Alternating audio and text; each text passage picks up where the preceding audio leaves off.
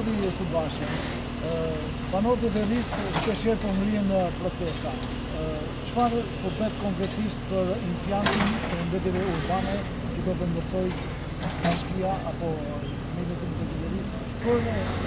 fillim? Me që ma bët të pyetje, realisht janë shumë një të qartur për mënyrën se si po vazhdon të manipulohet opinioni dhe ata banorë atje. Mua vjen shumë keq dhe me këtë rast do të bëj atyri edhe atyre forcave politike që tentojnë të përfitojnë në një situatë në situatë elektorale nga gjithë kjo që ka ndodhur, por është momenti që unë do të përsëris diçka. Pasi edhe unë e kam thënë, edhe kryeministri e dha mesazhin shumë qartë që asnjë vendim nuk do të merret për ndërtimin e implantit të mbetjeve për qarkën e Fierit, pa marrë më parë përqimin e banorëve ku mund të mendohet që ky implant do të ndërtohet.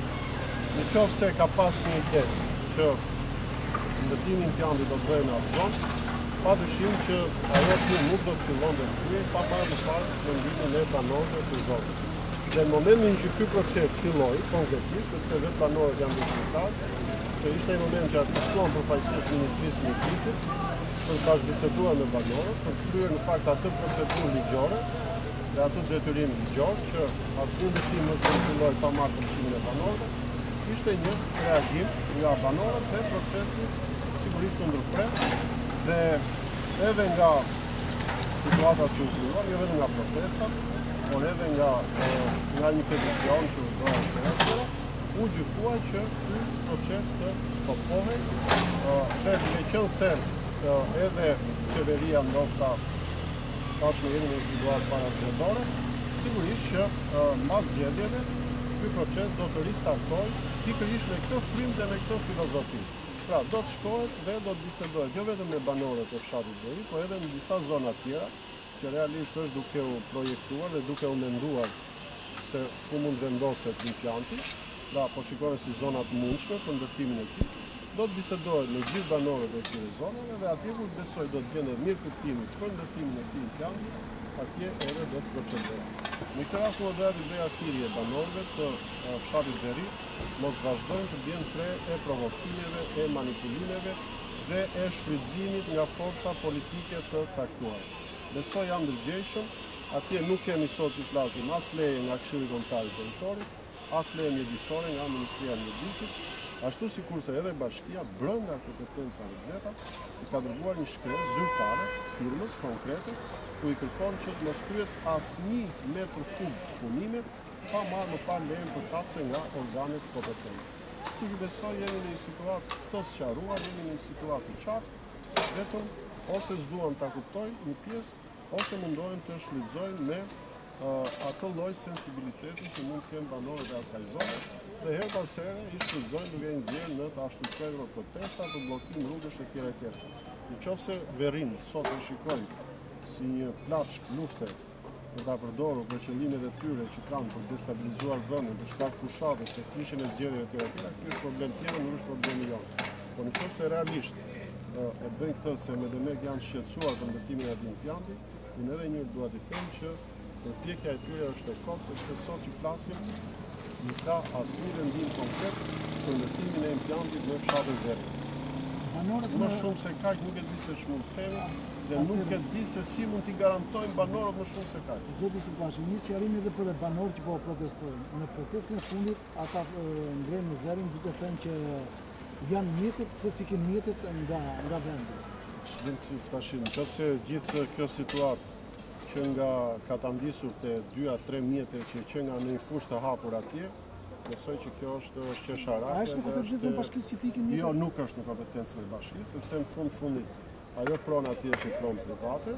në fundit mjetet janë mjetet private që i përkas një kompanie dhe bashkia nuk mund të thotë që t'ikin mjetet që këtu. Bashkia brenda kompetencës së vet mund mos lejoj ose nuk lejon që këto mjetet kryen edhe 1 metër punë pa marrë leje nga organet përkatëse. Dhe shkresa që kemi nisur konsiston pikërisht këtu, duke i bërë qartë firmës që ato mjete nuk do të ndizen dhe nuk do të punojnë as 1 metër kub apo metër linear punë atje pa marrë leje nga organet. Nëse kjo do të ndodhi, sigurisht që ne me kompetencat tona si bashki do ndërrymë, ashtu si kurse edhe organet e tjera shtetërore, pa dyshim që do ndërrymë. Kjo ka qenë edhe biseda e fundit që unë kam bërë me përfaqësi banorëve, ja kam garantuar këtë gjë, me njëherë të nesër me në ati takimi i kam nisur shkresën zyrtare kompanisë, të mos hedhi asnjë hap pa marrë nga organet kompetente dhe besoj që jemi korrekt dhe jemi në rregull me gjithë situatën edhe me banorët dhe unë sot dua t'i them edhe një herë, duke i parë drejt në sy që të mos vjen pre e manipulimeve dhe e situatave të paktëmshme politike. Asnjë vendim nuk është marrë deri sot, asnjë vendim nuk do të merret pa fuqimin e tyre dhe padyshim asnjë gram punë nuk do të kryhet atje pa fuqimin e tyre. Nëse rinë mjetet atje, nëse ikin e tjera, kjo besoj nuk është e rëndësishme sepse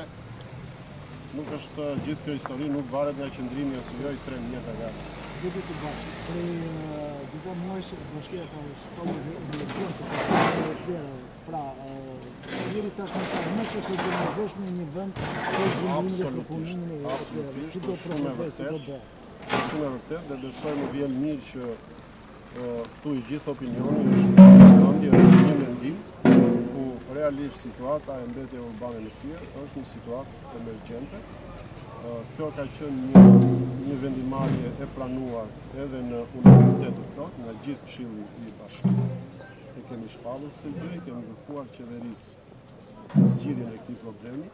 Ka qenë qeveria nëpërmjet Ministrisë Mjedisit që ka zgjedhur këtë mënyrë, pra nëpërmjet ndërtimit të një landfilli dhe nëpërmjet metodës së djegjes mbetje urbane, që e ka zgjedhur si mënyrë për të zgjidhur këtë problem të madh, që ka Fieri sot. Dhe padyshim në këtë rast unë dua të them që nuk diskutohet që ai impjant për trajtimin e mbetjeve urbane sigurisht do të ndërtohet në Fier. Kjo nuk diskutohet fare, sepse kjo do t'i japi një zgjidhje,